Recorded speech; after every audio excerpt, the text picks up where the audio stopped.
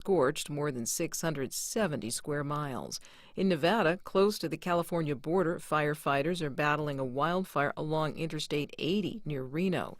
From member station KUNR, Maria Palma reports it's burned hundreds of acres and is about 8% contained. A car fire on eastbound Interstate 80 Sunday quickly spread due to high winds and dry conditions. The fire near Verdi is posing a significant threat to the surrounding community. One house near the Truckee River was destroyed.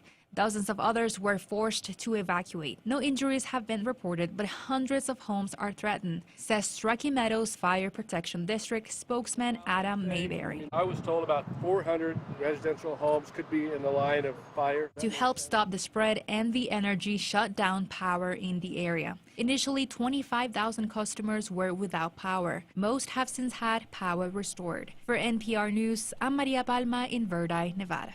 This is NPR. And this is WJCT News, 89.9 in Jacksonville. Good morning. I'm Stephen Ponson. It's 9:04.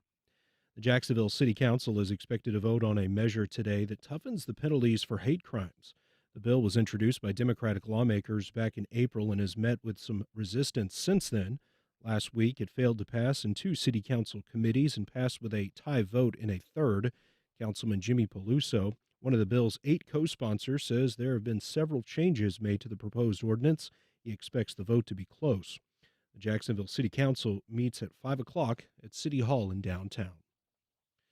Florida requires that children receive certain vaccinations before starting school. Dr. Ineda Roldan is an associate dean at the Florida International University's Herbert Wertheim College of Medicine. She says school vaccinations are more important now than ever. We are seeing right now infectious diseases that we had not seen for decades. Those immunizations have been with us for many, many years. There's no reason why to be scared. A measles, mumps, and rubella shot is among the required school vaccinations. Measles is a highly contagious disease that can lead to complications like brain inflammation, vision loss, and death. According to the U.S. Centers for Disease Control and Prevention, Florida so far has recorded as many as 19 cases of measles this year. Today in Jacksonville, it's going to be hot this afternoon, highs near 96. With the heat index, it'll feel as if it's 108, just a small chance of showers after 4. Tomorrow, a 50% chance of showers, highs near 92. Support for NPR comes from NPR stations. Other contributors include BritBox, dedicated to helping people discover British crime series, including new seasons of Silent Witness, Blue Lights, and The Responder starring Martin Freeman. Streaming at BritBox.com/NPR. But first, Jacksonville Mayor Donna Deegan joins us today with the latest from City Hall and to take your calls and questions. So good morning, Mayor. Good morning. How are you, Dan? I'm doing fine, and how are you? And Fabulous. happy 22nd anniversary to you and The weatherman. the weatherman, the big dude, the first dude. The first dude. Thank you very much. Because I've known both of you for longer than that, and We're all a little long in the tooth these days. but very happy to say happy anniversary to both of you. Pass it on to him Thank you. and his will ponytail or indeed. lack thereof. Last month on the program, you and I discussed the budget and priorities, and you proposed spending $1.92 billion in the 24-25 fiscal year, along with about $490 million in capital improvements between now and 2029. But a lot has happened in the past week, so Sure. why don't let's just talk about what the City Council has now been doing with 2 of their 5 budget meetings, I think, done, and some pushback late last week from Rory Diamond. So let's you explain what's happening for those who might have been out of town, like me, over the Well, weekend. where to start? Look, we have a growing family, and when you have a growing family, you have more mouths to feed. And so we had 17,000 additional people come to this city last year. We had less revenue coming in than we were expecting to come in. And so we decided to take a handful of one-time expenditures and take those priorities that we absolutely need to fund and take them out of our general reserve. So we have hundreds of millions of dollars in our general reserve. In fact, we have double the amount of money in our general reserve than is our target. And every single year, the council or the mayor's office, we will put things into the reserve and we will take things out of the reserve. Last year, we put $76 million additional dollars into the reserve. So for anyone to to act as if. This is not a very common practice. 9 of the past 10 budget years, we have both taken money from reserves and put money into reserves. Now, I want to make sure people understand that is completely separate. Our operational reserves are completely separate from our emergency reserves, which are also at about $123 million, well over target.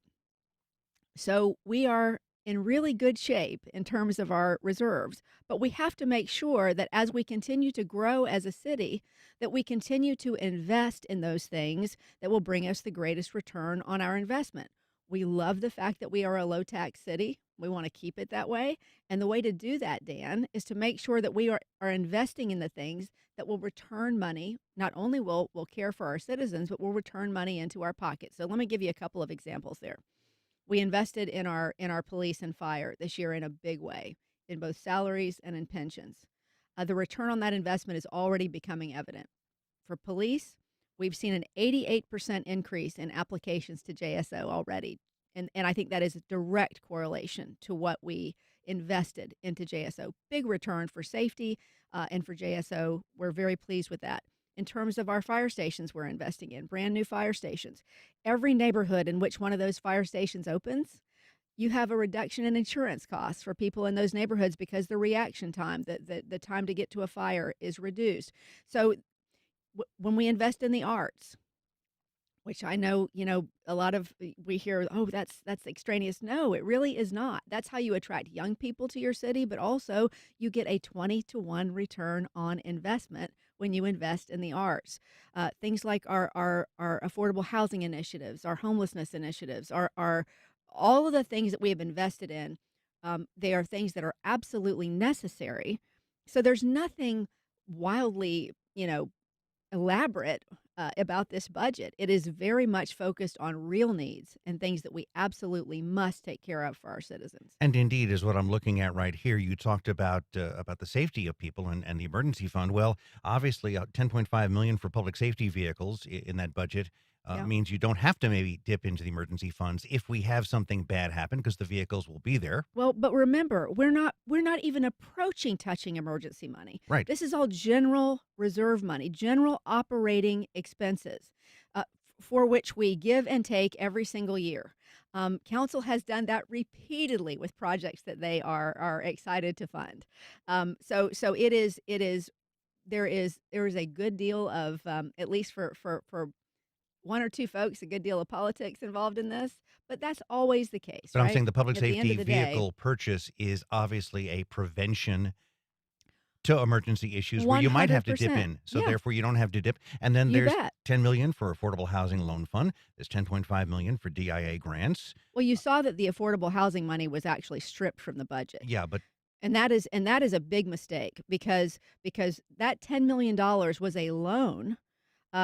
It was a public-private partnership that was already matched by more than $20 million. Eventually would go to $30 million, and by the time that fund was finished, and we get our money back, by the way, that would have been a $120 million fund. It was called, I can't remember the exact terminology, but something like a half-baked idea by the somebody on the council. I don't even remember who said that. yet it's already in the process. It's already happening. Well, but Dan, the other thing is it's not half-baked. It's already been this type of public-private partnership. In fact, this plan was 5 years in the making. It's already been done in a couple of cities in North Carolina quite successfully. And frankly, we are tens of thousands of affordable housing units short in this city. So we are playing politics with something that is an absolute need in our city, and we've got to stop doing it. When I ran for office, I said, I am here for all of Jacksonville, the people that agree with me on everything and the people who don't agree with me. And I think we've done a great job with most of this council and working across the aisle and doing great things. But we've got to get to the point where, we simply stop playing politics with people's lives and move forward with things that are very important for our citizens, like affordable housing. And again, developers are making sending out news releases that they're going to have X amount of their next project, affordable housing. And it's also happening big time in St. Johns County because their workers can't afford to get to their jobs in St. Augustine because they can't afford St. Augustine. So obviously that's a major, major push right now to have that portion of housing set aside for the regular uh, man and woman who has a job and needs to live and work. You have to think beyond today.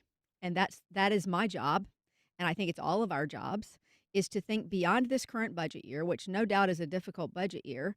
And that's why we took these several one-time expenditures out of reserves, which is completely appropriate and has been done many, many times in the past.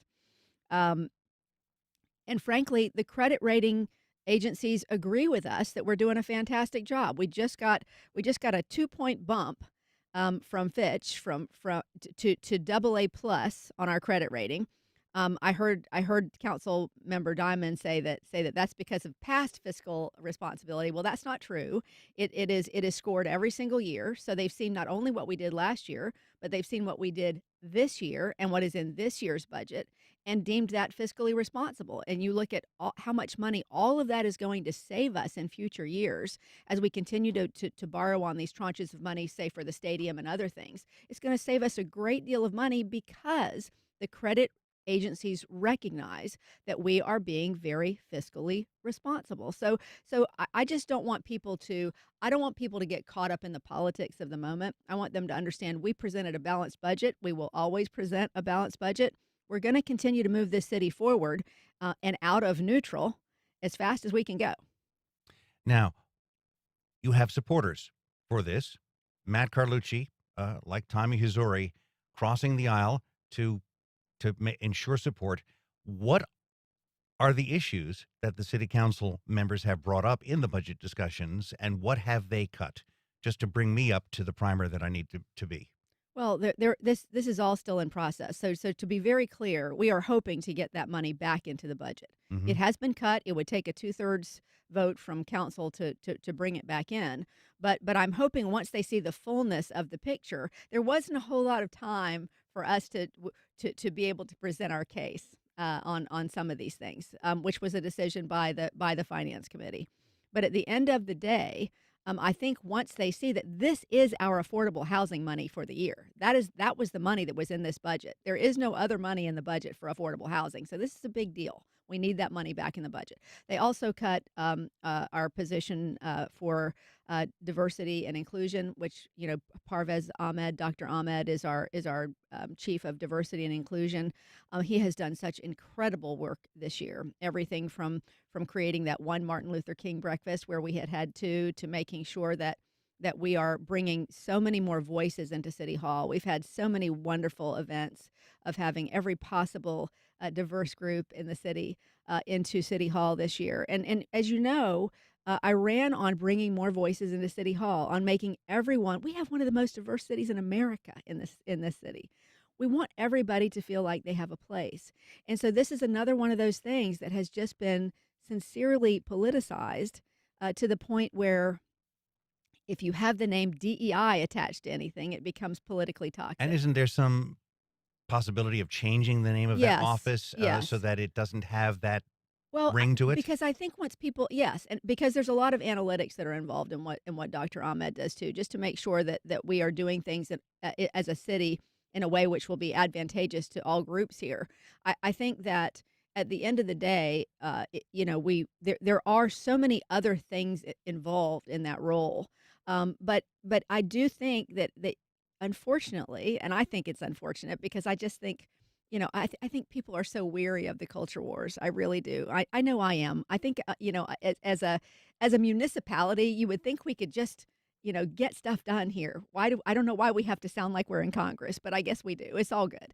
But if we need to move away from that to make sure that the work he's actually doing continues to get done. But right now we're going to continue to fight to have that position restored because we think it's incredibly important, the work that he's doing, and I'm frankly I am hurt for him and his family that they have to continue to go through these And this ridiculous is not the first attacks. time for Dr. Ahmed. Well, it's the third time. Yeah. And so it's really the sad thing is I don't think there's a person on that council that doesn't recognize the amazingly good work he has done. It is just that whole term has become so politically toxic that it's something that anyone who apparently feels they need a future in politics has to step away from. And I think that's unfortunate, but that's where we are.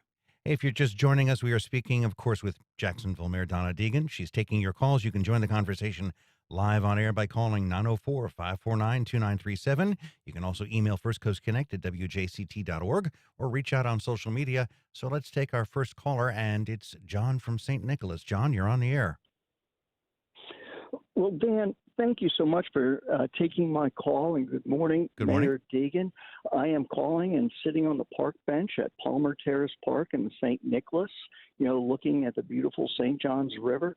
And let me just say, Dan Scanlon, you do have a shirt. You will be in the movie. Hey, John Nooney. What about me? I mean, Yeah. What about her? I've been complaining about this for months. How is it possible that I have not made it onto a And for shirt listeners yet? who don't understand, John Nooney is a vocal commentator at city council meetings, and he wears a T-shirt with someone's face of note on the back of it. I'm And really I showed up at offended. a meeting. And Mayor Deegan, the reason is there's so many people that want to get a shirt, the Mayor Deegan shirt, but those are some others, and just have to get the order in. I It's guess. okay. It's okay, John. I didn't order mine. I just gotta say, But- every time I see you show up with a new shirt, and I'm like, all right. Well, John, come on, let's get to the point here. We have I'm calls that are stacking sorry. up now. Go ahead. Sure.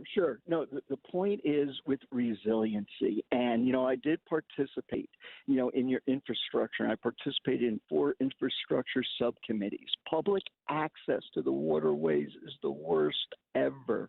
And I'm on Pottsburg Creek that connects to the Arlington River, dumps out at Exchange Club Island, and then comes right by Palmer Terrace Park, where I'm sitting right now looking at the stadium. And the fish are breaking everywhere. But the point I'm getting at is still need an executive sponsor as well as a legislative sponsor for Pottsburg Creek. And you know what? It'll happen because we can call it West Side. Pottsburg Creek. And the reason is Randy White. I am on the west side of Pottsburg Creek. All right, John, the calls are stacking. We hit all the okay. I know they're stacking up, but listen, have a great day. Thank you for taking Thanks, my John. call. Thanks, John. I tell you what, the thing about John you can always count on is that he is on point. He is on message. That has been his message at every single community meeting I have ever had, at every single council meeting I have ever seen him appear at. And look, he's right. We need more access to the riverfront for sure. But I appreciate his consistency, even if I will never probably make the shirt. I appreciate John. We can hope. I still want mine and the naming rights, and I want any sales he gets. But whatever, that's another story. Let's go to Chris in Clearwater. Chris, you have a question for the mayor. I do. When you were on, Mayor, about a year or so ago, you're mentioning Wi-Fi in public parks, and I had mentioned that there are many studies on pollinators being negatively impacted, and also wanted to mention and see if you've had a chance to look into the other health effects, every imaginable health effect, cancers, fertility, sleep disturbances, insomnia, and there are many like myself who are electrosensitive who feel it on our bodies. Like when I'm waking up, I can feel the emotional tension of the pulses, even though I've shut off the power and my switch box in my room. But what really concerns me is that these are microwaves coming from the cell towers and the Wi-Fi and so many other devices, the Bluetooth, the cell phones themselves, and in the Telecommunications Act of 1996 preempts the John, local let me health ask her the departments. question. Let me ask her the question that you've posted. So, microwave concerns with Wi-Fi in the park? Well, there has been such a strong desire to have more Wi-Fi that is available for folks. But I will certainly have that conversation with Daryl Joseph and find out where we are on that. Let's go back to what's happening in City Council. Obviously, some of the other moves that have occurred is to reduce the amount of money that you can move without council approval from $500,000 to $100,000. That probably comes from the Confederate statue move and debacle that occurred.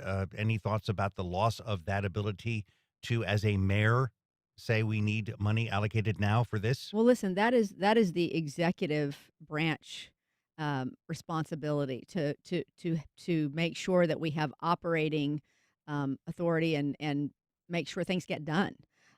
It would bring the city to a screeching halt. So if you are bringing this up under the guise of fiscal responsibility, let me just say that when we are developing the riverfront, in which we have to move hundreds of millions of dollars around, whether we're doing, septic tanks, whatever it is, we move hundreds of millions of dollars around in city government to make sure we are getting projects completed. That is the job of the executive branch. We are in charge of operations, and so if that were gutted. And everything had to go through a 6-week cycle of city council. Can you imagine how much more that money that would cost us? It would be absolutely insane. So it is really a solution in search of a problem, and really sort of more of as I said, you don't hear that from many people. That primarily is coming from one person, and I think that unfortunately that person is my city council person. And as much as I may have personal affection for him, I feel like he has made it very clear before I even open my mouth most days, if I'm going to address the council or whatever, he's put out some inflammatory tweet or something saying how outrageous whatever I've proposed is, even if I haven't proposed it yet. So it's one of those things where it is difficult for me when I can see that there is somebody who is so clearly more interested in his next political gig by being combative to me than he is in working together to get things done. So did this opposition that cropped up in the news release that occurred last Wednesday or Thursday on the budget, did this take you by surprise, or did you feel that he would be a person speaking out against this? Go and look at his voting record. I mean, when he was running for office out at the beaches, I mean, he made a big point of saying that he was anxious to work across the aisle to get things done. He is very often simply the voice of opposition for that particular purpose. And I am all in. And as I've said so many times, I think the huge majority of people on this council want to work with me to get things done for this city. And I think we've done an extraordinarily good job of that. What he has done repeatedly has simply just been to drop bombs or throw darts. And that's, look, if that's what he feels in his heart he needs to do, then I guess he needs to do it. But it doesn't really help to move us forward. So, one quick question before we go to the next phone caller. Do you have the council support to get this budget passed and to restore some of the things that have been currently in committee taken away? Well, certainly we're working on that now. I don't think ideas like that hopefully are going to get a whole lot of traction, but I do hope that once we are able to continue to make the case of why we did what we did on these one-time expenditures, that council will go back and think better of it. Okay, let's hit the phones here. Good morning, Ronnie from the West Side. You have a question. Yes, I'm Ms. Mayor. First, I voted for you. That Thank being you. said, last week there was a person on there, Mr. Fletcher, speaking about Oneida Bungalow Court, and I'm sorry, I didn't hear what you said. About what? About Oneida Bungalow Court. Okay. It's over on we're in between Riverside and Mixontown, and he was speaking about affordable housing there. It's a historic Black community, and he's taken up the charge on redoing it. And I was wondering if the city is going to get behind him or other projects like this for a sole person out there trying to change the community. Thanks, Ronnie. Ronnie, I appreciate your call. I cannot honestly tell you I have great personal knowledge of all that's going on with that, but I will certainly find out. But it sounds like a worthy project. It's an early 1900s bungalow court that's been split by interstate development from the rest of the community, and there's one or two of those. I think there's one off of North Main Street as well, and they're cute little homes that literally have some very historical provenance to them, and it's an interesting project. Well, certainly those are the types of things that we would be very interested in. And reuse for a single could happen. Sure. Someone would be lovely to live in. Let's go to Curtis on the north side. Curtis, your question. Good morning to both of you. Mayor Deegan, good morning, my sister. I support you 100%. My comment is this.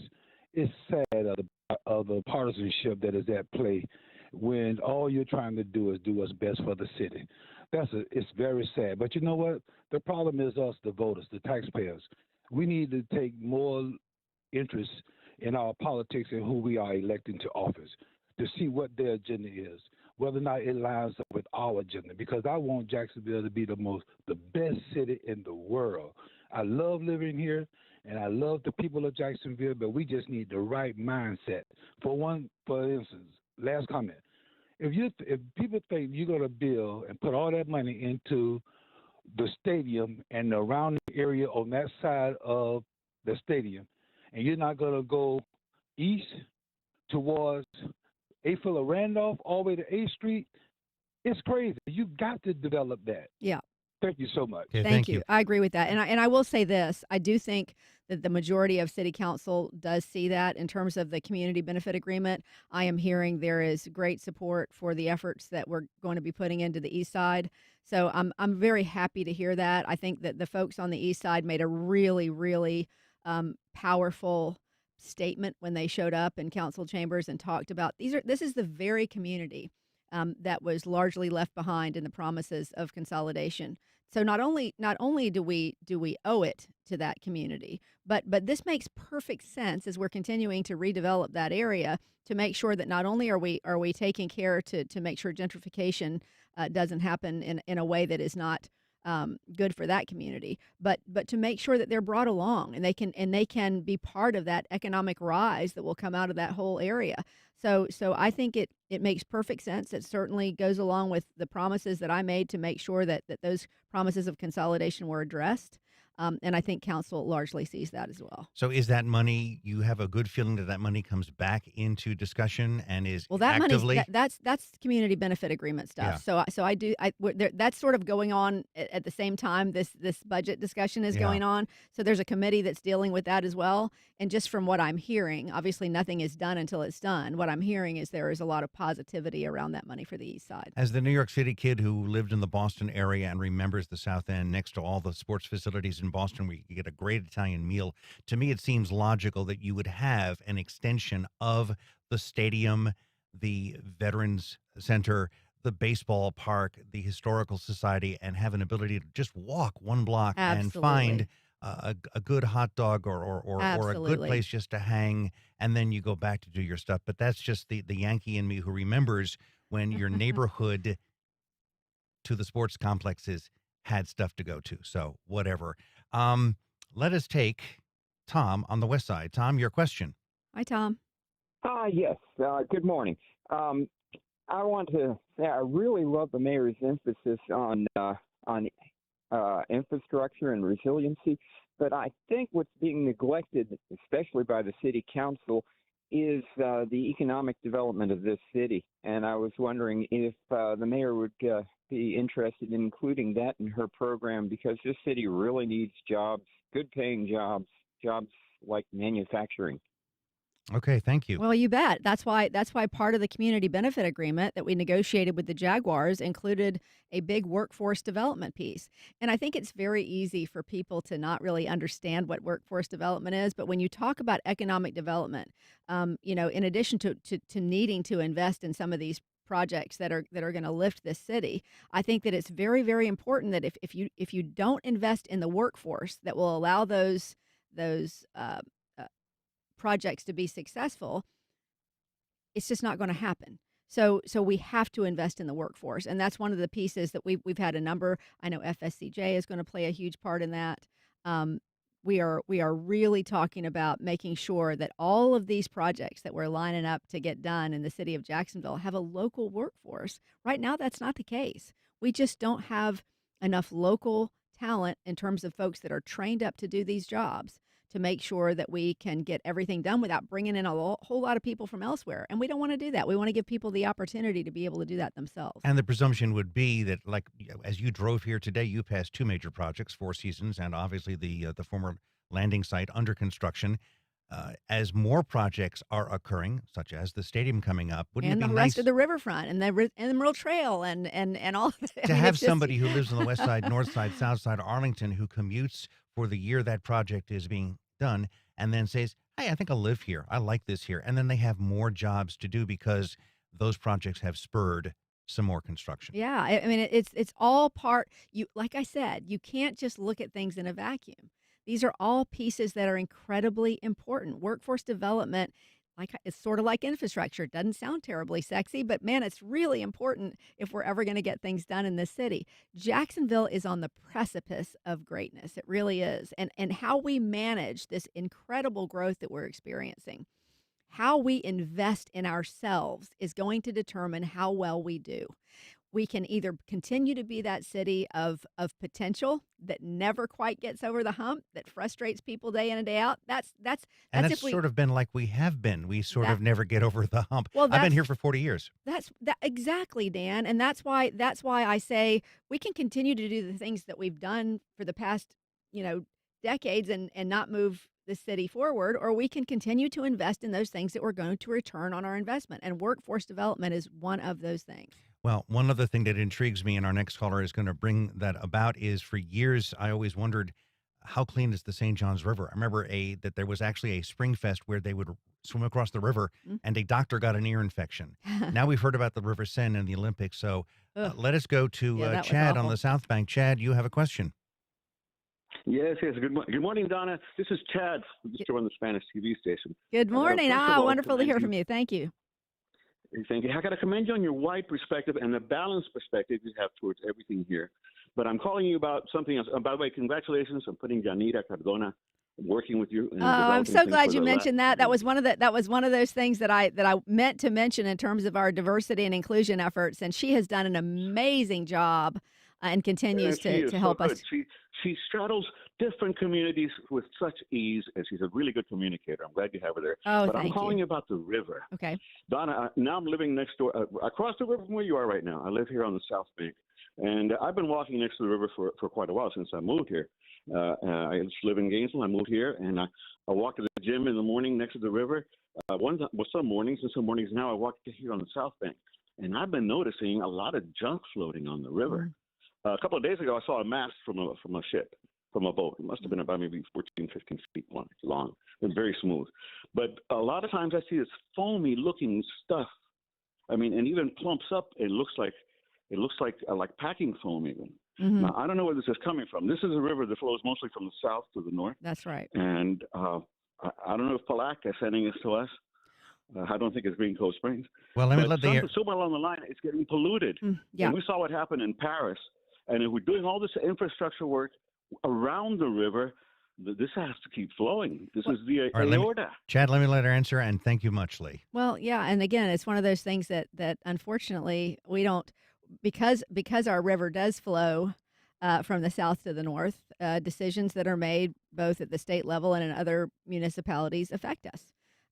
So we do get a lot of things up in our area of the river that we would prefer not to get. But also we need to make sure we continue to educate people about what they are putting into the river. There are all kinds of river cleanups that happen. But we have to continue to take care of our river and really do a better job of that.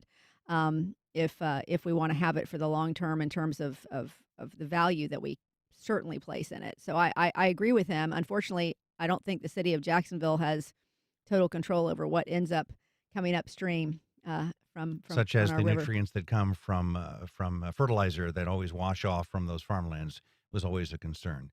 Let's go to another call. James from Mandarin, you're on the air. James, you there? Okay.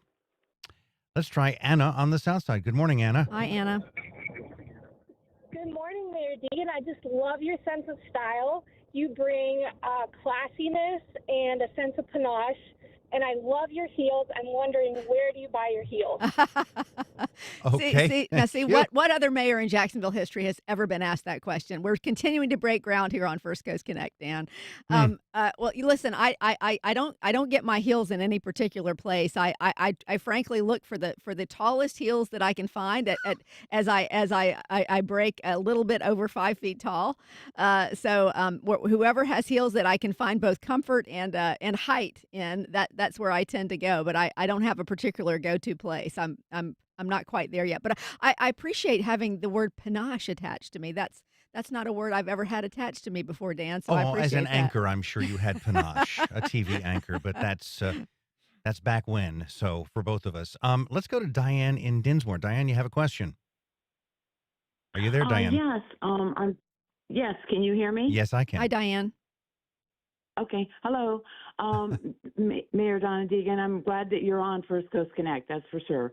I wanted to just say very quickly and briefly, I'm kind of glad to follow the gentleman that was talking about the river, but mine is more concerned about on our land, on our roadsides, on our property coming from the airport area, because I'm on the west side, and all of the ramps going to and from different highways, that go through. And is there any way that we can, you have in the budget to be able to maybe have our jail inmates be able to go out and start cleaning up the road again? I know it's hot, but maybe they can take shorter shifts or something. Also, bulletins that state trying to remind people not to throw the trash out their windows, so that it just goes flying on the side of the road, and to try to help keep Jacksonville clean again, okay? Yes, ma'am. That's really what I kind of wanted to mention. It was like we really need to have something in place where I don't want to take against the budget, but maybe there's something that our inmates can also do that they used to do, and you never see that, or I don't see it anymore. So I do try to, if I see stuff on the road, I do try to, tires and so forth, I do try to get the correct address, and I actually thought about, when I ride around some of the places, to take a picture, try to note where it's at, so that so that cleanup could be informed of areas that really have a lot of trash there. That was all I wanted to say. Well, listen, Thank you so much, and I'm so glad you're coming on to First Coast Connect, because I've listened several times now. Thank you so much. Thank you so much. That's I completely agree with her. We are very focused on that, but I will say that what I'd love to see her do, if she's taking pictures or taking down notes, make sure that makes it to Al Ferraro over at Blight, because he's been very focused on trying to clean up areas of Jacksonville and done a great job. But I'll tell you, we have a large city, obviously, but you heard her mention the ingress and egress of our interstates. And that is not city property. That is largely either state or federal property. So you end up dealing with other organizations. There's a place where the city of Jacksonville is responsible for those things, and then there's a place where others are responsible, and those two places don't cross. And very often that's where we get the complaints, whether it's with the mowing schedule, where people say, well, gosh, that grass is still pretty high up in those ramps. Well, that's not us. So we can only do the things that are in our purview to do. But if she would take those pictures and send them to us and make sure that we are aware of the areas that she's talking about, I think that would be very, very helpful to us in the areas where we can clean up. Otherwise, we're happy to pass that along to the other organizations that are responsible. But I will say again, she brings up another great point. We dramatically increased the mowing budget a couple of years ago. And people still talk about the fact that this is the first time they've ever had their neighborhoods, edged and cut on a regular basis. And it's about having pride in your city. So I'd love to be able to increase the budgets for those things like Blight. Those are things that are going to move us forward as a city. If people take pride in their city, they're more likely to go out there and help out and keep those areas clean and do their own, lawn maintenance and other things. You know what I'm saying? I mean, it's all part of who do we want to be as a city. I'm about ready to call nuisance abatement on a neighbor on a rental property because the grass is extremely high and it's on a corner, so I can't see around the weeds. Yeah, no, that's look, we need to know those things, because we absolutely can reach out and try to solve those issues. But I'll just remind people, again, these are the decisions we make in terms of what kind of city that we want. We're a very large city, 850 square miles. That's a lot of city. James from Mandarin is calling back. James, you got a question? Yes.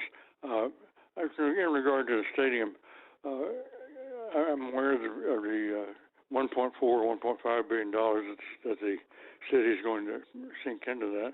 I think it's a very good thing that Jacksonville has an NFL franchise, and we've been very lucky in the leadership and the ownership that we had in the Weavers and now in Shad Khan. I'm just concerned that $1.4 or $1.5 billion doesn't metastasize into something even more. That's one thing. I had one more comment, but I'll let the mayor comment on that. Thank you, sir. Yeah, let me just say that is why it is so wonderful that in this agreement that the Jaguars have agreed to take over all cost overruns.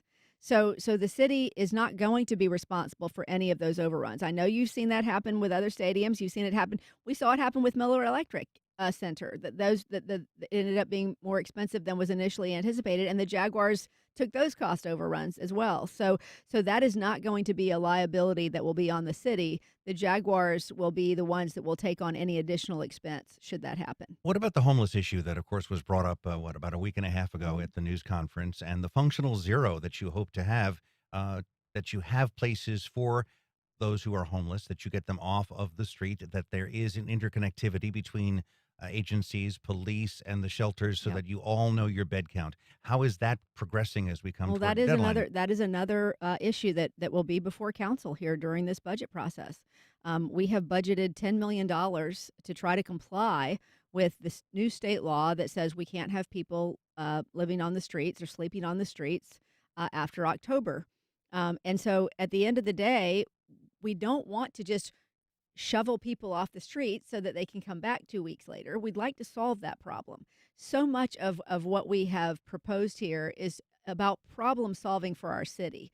And so we have taken the blueprint from programs that have been wildly successful in other places and said, let's do that here. Let's make sure that we can have places for those people to go temporarily while we can then bring some wraparound services to make sure that those folks can become functional members of society so that we don't end up with them back on the streets.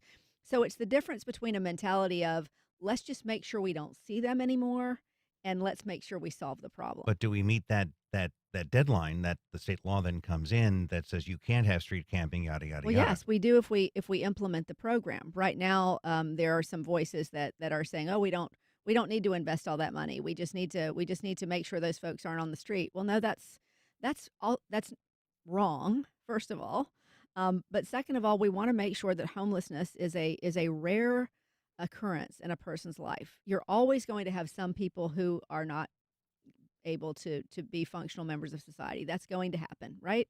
But most of those people are going to be able to be with the right services brought back to being functioning members of our society. And we want that for them, and we want that for Jacksonville. Now, one of the stories that we did here in Jacksonville today was the Hogpen Creek residents who got a $4,500 property tax hike this year that they say came out of left field. Any comment on what could have happened to have that kind of property tax hike? I have no idea, honestly. I'm sure there are many communities with those types of questions. I know that most of our revenue that came in from property tax, the hit that we took came largely from commercial development because of high insurance costs. But I couldn't comment on a particular area or why that happened. That would be a question for the property appraiser's office. Who has a rather large increase proposed in the budget for additional staff? Yes. Correct? Okay. Let's go to Gary from Queens Harbor. Gary, you got a question?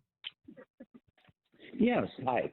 I was calling about the median on Atlantic Boulevard. I've been here for 20 years now, and I've watched Beach Boulevard completely landscaped on the median, and the 3rd Street down at Jack's Beach, and as well as Mayport Road. And I keep waiting for something to happen on Atlantic Boulevard between St. John's Bluff and the Intercoastal. And it just never has happened except for that small section about where the Kernan overpass is. And I was just wondering why that's never been addressed, because it's really unattractive. Okay. All right. Thank you. Thank you. I'm not sure where that is in the process. I know there's been some construction in that area, but I don't know where we are in terms of landscaping. So I'll check on it. Okay. The LGBTQ Advisory Board getting lots of applicants. I mean, is that Oh my that gosh, request? hundreds of applicants, from which we have to choose 11 people. So there's a lot of interest in that, and again, it's one of those things that we love to see as we continue outreach to our community. We had the same sort of situation when we had the African American Advisory Board, where we had so many more people apply than we were able to actually engage. But the wonderful thing is that this will be an opportunity for us to select voices from all around the LGBTQ community that will allow us to better understand the needs of that community and where they are and are not being met. And so it's just part of that whole outreach to make this beautiful mosaic that is our city one that works for everybody. Okay, one more phone call here. Cindy from the East Side, you're on the air. Cindy? Hi, Mayor Deegan. I wanted to thank you for being on this show. I think it's so helpful to have access to you. It's really refreshing, and I wanted to share my appreciation. Well, thank you so much. And I have a comment about the community benefits agreement. Yes, I was ma'am. at that meeting at City Council, which was, I guess, a month or so ago. And one of the points I want to make about historic East Side, which encompasses 5 different neighborhoods, one of which is Oakland, which is where I have property, is that it's such a historic part of our city. And I would like to see, we have unfortunately in our historic African American communities seen them turn into places like Brooklyn, where and Cindy, also we're on a Villa, hard where there's break very right little now. of the infrastructure left. Yeah, I All hear right, you, thank and you. I agree with you. I mean, I think that was the point that I was trying to make earlier. Is there is so much history there, and we need to make sure that we both preserve it and make sure that the economic development happens for that area. Well, we just had 48 minutes with Mayor Donna Deegan here on Jacksonville on First Coast Connect. So I want to thank you, Mayor, for being here once again. This has been a pleasure. Thank you, Dan. And with you at the skate Always a park last pleasure. week. That was pretty darn cool. So fun. So thank you. And we will be back with a popular car show returning to her neck of the woods, the Siech Pavilion. The Jacksonville Symphony opens its 75th season on September 21st with Mahler's Second Symphony, conducted by Courtney Lewis and featuring a chorus of more than 150 voices joining the Jacksonville Symphony. Visit jacksymphony.org. Companies track your data online, so it's no surprise that they know a lot about your habits and preferences. Well, now they're using that data to offer different prices to different customers for the same items. The Federal Trade Commission is investigating so-called surveillance pricing. I'm Meghna Chakrabarty. Join us for that on the next On Point. Today at 11 on WJCT News 89.9. Many local races will be decided in the August 20th primaries. Before you vote, compare the candidates at jaxtoday.org/vote. That's voter guides you can trust at jaxtoday.org/vote. Where should the 2 words convicted felon appear on Donald Trump's Wikipedia page? In the first sentence or? And we are back. Well, if you're heading to Jack's Beach this weekend, expect a little extra traffic, and it might be some extraordinary stuff you're seeing. It's the 2nd annual Endless Summer Showcase happening Saturday at Jacksonville Beach, right there in the main band shell and all that. And joining me with details, and I've been to a lot of these over the years, Trey Staker, owner of Staker Productions, with Trevor Vaughn Williams, owner of Solar Shade Window Tint, and Michael Siech, owner of Dynamic Designs. What we're talking about, guys, is a major league Sand Dunes to Jacksonville Beach City Hall car show with music, food trucks, and it's Lamborghinis, it's antiques, it's classics, it's hot rods. And I had to park across 3rd Street, far, far away, so I know how crazy it's going to be. So talk about what we're talking about here, doing this big beach event, and your last event of the year is what I think I saw? Yes, sir. So we take over the Siech Pavilion, the whole area right in front of it, and then we also take Latham Plaza, 1st Street, and 1st Ave. We shut it all down to do a huge car show there. We have a DJ on the stage, food trucks out there. We have a contract with surfers and the other food and beverage places around us. And it's going to be an awesome, awesome day. And I looked at my photos from last year. There were Lamborghinis. There were these strange little Fiats. There was a buddy of mine with his little Mercedes-Benz microcar done up in Gulf Racing with spoilers and everything. It just, you name it, it was there. And yeah, I heard you say before we went on the air, the weather's looking, fingers crossed, pretty darn good. Yeah, it's supposed to be beautiful this weekend. I think it's a high of 91. I know it's going to be a little bit hot, but this year we did do a 40 by 80 AC tent that we're creating. It's going to have 4 or 5 AC units built into it, along with 2 giant portacools, in order to hopefully help with that heat to cool everybody down.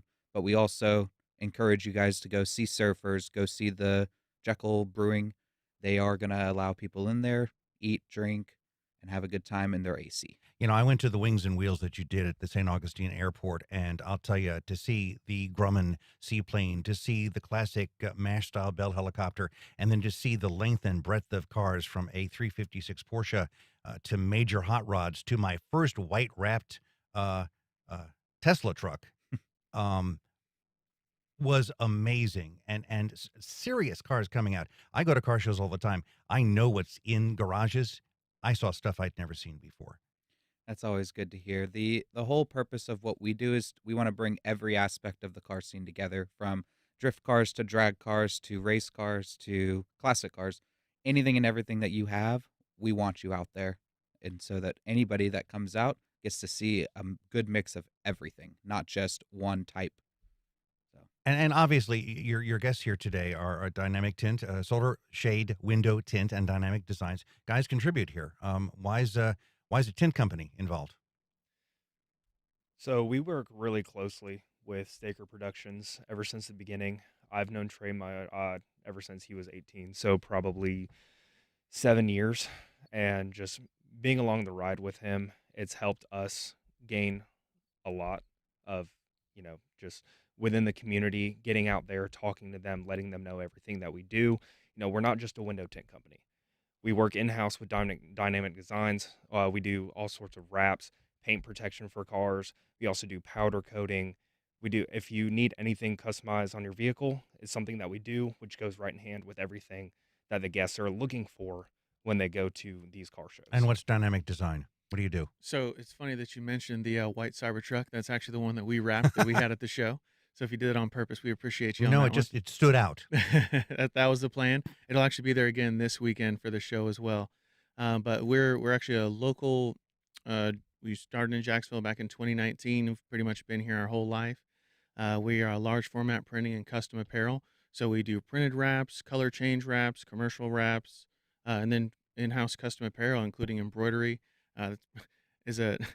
Back in 19, me sitting in front of an embroidery machine, I never thought that'd be something I'd like to do, but just watching it go, it brings a smile to my face, man. Well, factoids here, because we got a minute to go. It's win to win on Saturday at Latham Plaza and the beach there. So spectators can show up from 11 to 4. The car show roll-in is from 7 a.m. until 11. We do have 75 spaces available for day of registration that are going to be first come, first serve. So And if you that's how can't much? pre-register, it'll be $50. $50. I'll tell you, guys, I was blown away last year. I've certainly gone to many of your shows since the early days of the electric go-kart place, the Friday nights. Those were cool. Miss those. So I'd say I'll be waving at everybody on Saturday with you. And don't forget, Latham Plaza, Jacksonville Beach, the Endless Summer, Part sir. 2. And I'll tell you, guys, cars, big car culture here. You should I'd bring my Alfa Romeo, but it's black. It would melt. So there. All right. Thank you so much for being here, Trey, Andrew, Michael. We're basically over with this program here.